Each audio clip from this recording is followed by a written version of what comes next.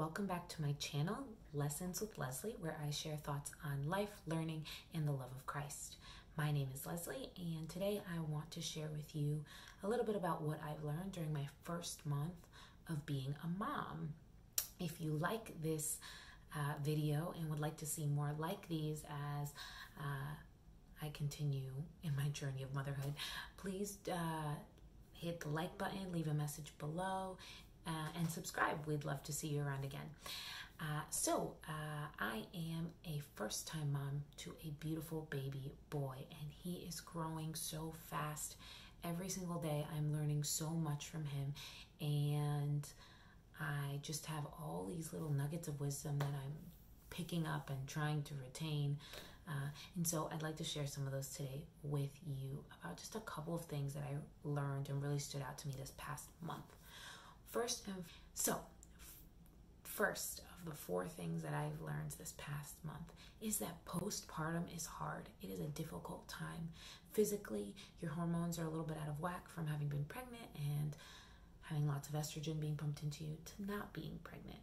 So I personally experienced a lot of mood swings.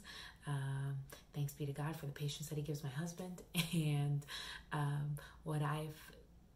that was just something that I was going through. And so emotional support is really important during this time.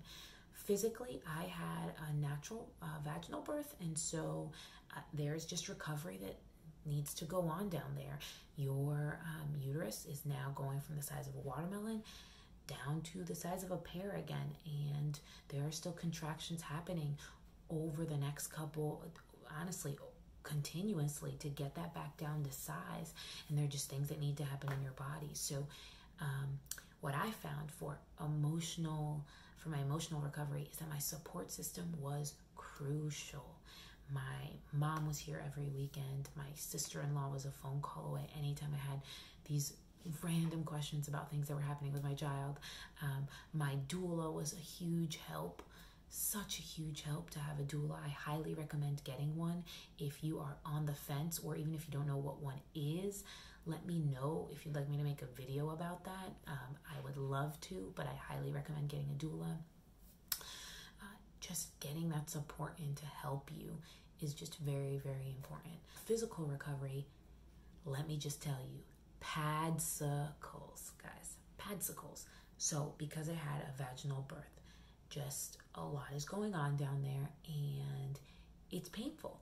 And so padsicles were the most comforting solution that I had. I used them all the time for the first 2 weeks. It was amazing. So a padsicle is a pad with witch hazel and aloe vera on it, frozen. So that's why it's called a padsicle, because it's frozen. Then you put that in your underwear and you put that on, and it is the most relieving thing ever.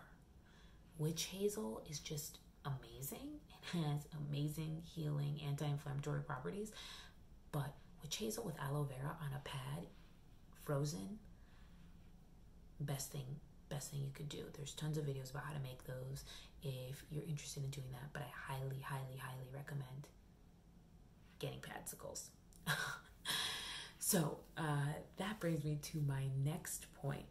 I also learned that breastfeeding takes practice. This is unlike birth, where your body is kind of knows what it's doing, and you kind of, when you get the urge to push, that's when you're supposed to push. When you naturally your body will kind of tell you what kind of positions you can get into that make you comfortable. Yeah, breastfeeding, not like that at all. Breastfeeding takes practice. You will not just be able to breastfeed. That's not how that happens. For some reason, you always think it's going to be a little bit different for you, and that the child will just latch on and it's all going to be great. But I highly, highly, highly recommend a lactation consultant. They will just make you feel like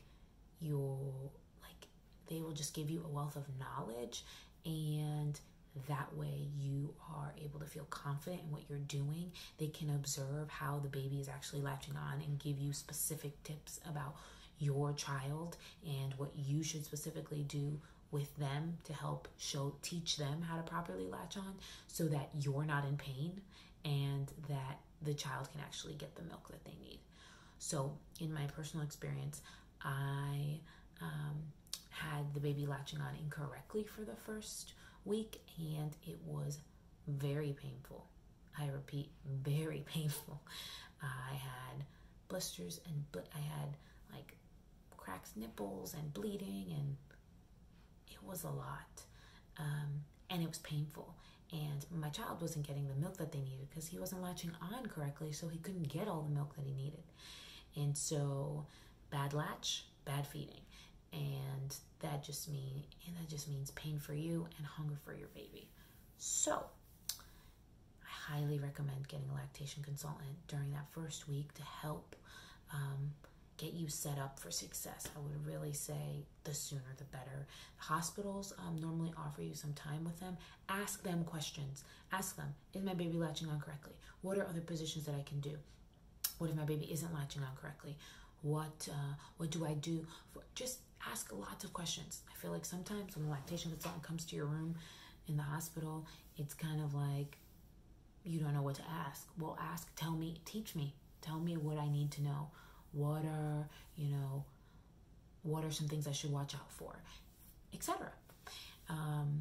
But so I highly recommend getting a lactation consultant and practice will make perfect. Your child will figure it out, and you will figure it out.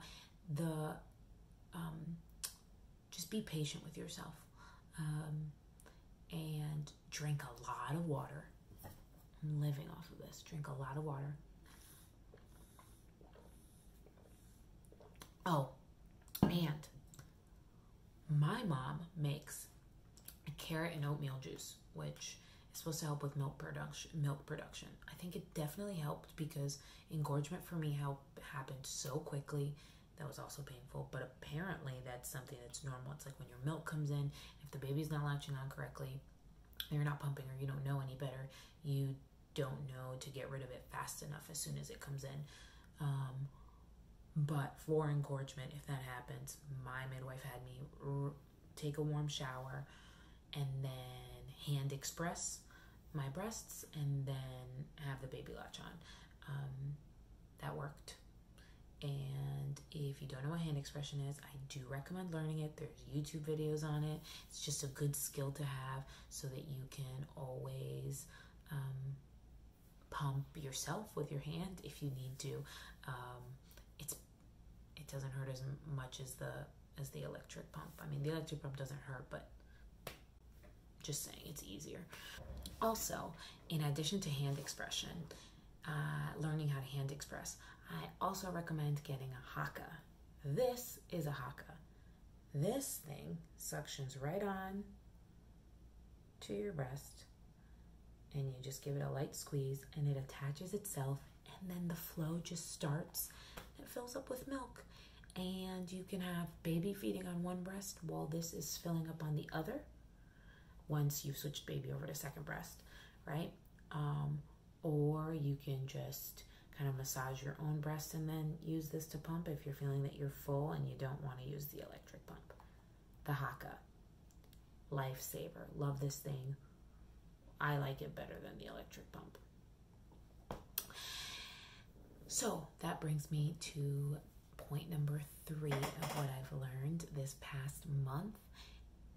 So point number 3 that I learned this past month is that after you have a baby, sleep is rare, especially if you're breastfeeding. Because you are the only one who can feed your child, and so sleep is rarer than rare. So this is why I go back to point number 1, which is that it takes a village, and really lean on your support system. Lean on the people that you have, the team that you have, all those people who are dying to come and see your baby. Have them come and have them help you out. Have them burp the baby while you shower, or have them cook you a meal, or clean or do a load of laundry for you. Get the help where you can and sleep when you can. Now, this idea of sleeping when the baby sleeps, it's a little hard because then you don't really get things done, because when baby's awake, baby needs you. But what we found that works is that my husband will sleep during the first part of the night, and I will be the one that wakes up with the baby. And then in the morning, when I'm exhausted because I've been up every couple of hours feeding, I will have pumped some milk, leave some for my husband, and he will take the morning shift, at least like one shift, to when the baby wakes up, to feed him, burp him, stay up with him, put him back to sleep. And that gives me a nice little string of time to sleep. And so that has been a lifesaver. Highly recommend doing something like that and figuring out what works best for you. Again, that's at least gotten me into a little bit of a routine. Now that my husband's gone back to work, I'm more adjusted now to less hours of sleep. Then point number 4 that I learned is that babies are gassy when they're born. Newborns are gassy. So their digestive system is the only thing that's not fully developed when they're born, because they've been getting all of their nutrients through the umbilical cord. So they haven't had to work for any food. This is the first time they have to work for food. Now when they're on this side, and it's the first time that they kind of have to go through they're going through the digestive system. And so it's all a little new and hard for them, and newborns are gassy. So that being said, so the solution that we found that works for us is Gripe Water. This stuff is magical. This is Mommy's Bliss, is the maker of this. I bought the original. You can get a nighttime one this is non-drowsy, but this puts my baby to sleep, so I can't imagine what the nighttime one does. This says it relieves occasional stomach discomfort from gas, colic, fussiness, or hiccups. Free of dyes, alcohol, and parabens. And most of it is just fennel and ginger extract.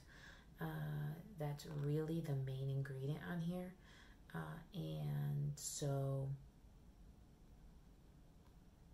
this stuff is really natural. It hasn't caused any issues with my baby. Ask your pediatrician before you use it, but my pediatrician said it was okay to use.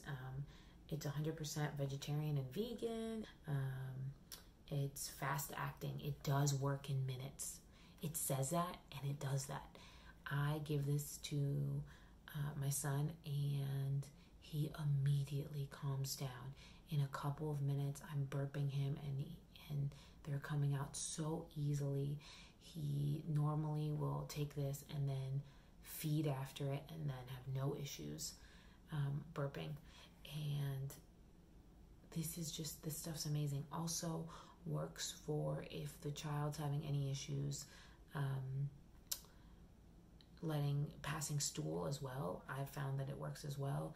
When he's having a rough time, this kind of seems to soften him up or make it easier for him to push, and he just gets right to it. So Gripe Water has really worked for gassiness for our baby. You can take, I think the instructions say you can take it every 4 hours. You can give it to him every 4 hours. We do it twice a day, so we do it every 12 hours, and that's worked for us. But again, talk to your pediatrician to see if that'll work for you. And through all of this, I will say that this just all gives me a glimpse of how the Lord loves us. Like through all of this stuff that I've learned, and all of the things that I'm learning from my son, and the things that we're going through together, I've just really feel like every day or every kind of milestone that we hit or everything that happens, I feel like it's God just showing, God revealing something else to me about himself and about his character. I felt the same way when I got married, and I just felt like through my marriage I was learning so much about the way God sees our relationship with us. And I feel the same way now about through parenting. And, you know, I feel like sometimes I just find revelation in everything. And so I want to take a couple minutes to share that now about some things that I've learned. So,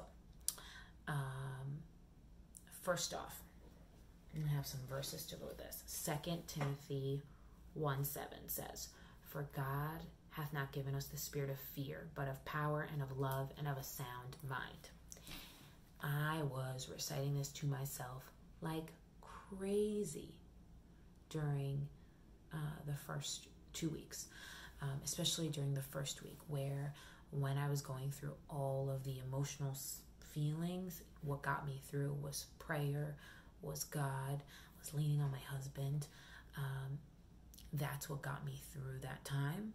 And he kept even reminding me and reciting this to me, is that God has not given us a spirit of fear, but of power and of love and of a sound mind. Parenting comes with a lot of fears, especially when you're a first-time parent. You think, I don't know what I'm doing. Did I hurt him? Is he broken? Like, is he okay? What did I do? Like, what am I doing? What should I do? Depending on when he's crying, when he's hysterical, things like that. And I just had to be reminded. I used to wake up at his movement. I would wake up with this fear, like, is he breathing? Is he okay? Just like a panic, a fear in the pit of my, like right in the center of my chest. And I needed to be reminded that God did not give me a spirit of fear. Fear is not from God, and therefore I should not have it. He gave me power, love, and a sound mind, and I needed to resonate as to like what that really meant. I needed to strive for that. I needed to own it and say, this is mine. I own this. I'm not going to live in fear. And I didn't want to let fear dominate me. And so just something else that's what's been revealed to me through that. And then just that the importance of having a sound mind, and some versions say self-control, and how important that is when you're parenting, because the thing is, children don't do what you say, they do what you do. And so I have to be ready to lead as an example. And what that's reminded me of is how important it is for me to stay close to God, how important it is for me to stay close in my relationship with Christ, so that I'm walking with him, so that I'm looking more like him in my life, so that my child can see that. And that will be how my child is too, because that's what I want for my kid. And so all of those things have just reminded me that I need to have self-control and discipline myself around things so that I set the right example. And things that I want to just make, things that are things that I need to change about myself. And we all have things that we're working on. We're all works in progress, right? But those kinds of things just came more to the forefront for me this past month, as saying, okay, let's buckle down. Let's do the work we need to put in, right? People normally after having a baby are like, I want to get fit. I want to get right back to my pre-baby body. Well, that takes discipline, right? Well, I want to get to like my ideal spiritual body. And so that's what I'm focusing on. And so another thing that I received revelation from was actually breastfeeding. So I just want to read 1 Peter 2:2 to you. So 1 Peter chapter 2, verse 2. As newborn babes, desire the sincere milk of the word, that you may grow thereby. And so it's interesting, because when I was learning about breastfeeding versus bottle feeding, it's interesting. Breastfeeding is really important because the stimulus that you get from the baby sucking on the breast actually produces more milk than if you just pumped, right? So if you were going to bottle feed your baby, you would electrically pump, although that's still stimulating your breast and therefore still producing milk. Does not produce as much as if the baby attaches to you and gets the nutrients directly from you. So I thought that was very interesting. How you get the word delivered to you is important. Are you going to the word directly for yourself? Are you breastfeeding? Or are you bottle feeding and going to listening to other people tell you what the Bible says and tell you what the Word says and tell you who God is and tell you who Jesus is? Or are you looking for him yourself? Do you know who he is for yourself? Do you have your own relationship with him? Are you going directly to the Word to find him for yourself? And that just really convicted me about how we need to come daily, regularly to the Word for nourishment, for real nutrition, and not just lean on bottle feeding that somebody else is going to give us, where we're not going to get the same stimulus. You're not going to be getting the same milk that you'd be getting if you went for it yourself. Not to say we can't receive from pastors and other people and from different sermons and things like that. Not to say we can't receive from other people, but just it's not the same as you going to the Word yourself and building your own relationship with Christ. And so I encourage you to do that. And then the last thing that I really focused on receiving revelation from was in reference to Matthew 11, verses 28 through 30,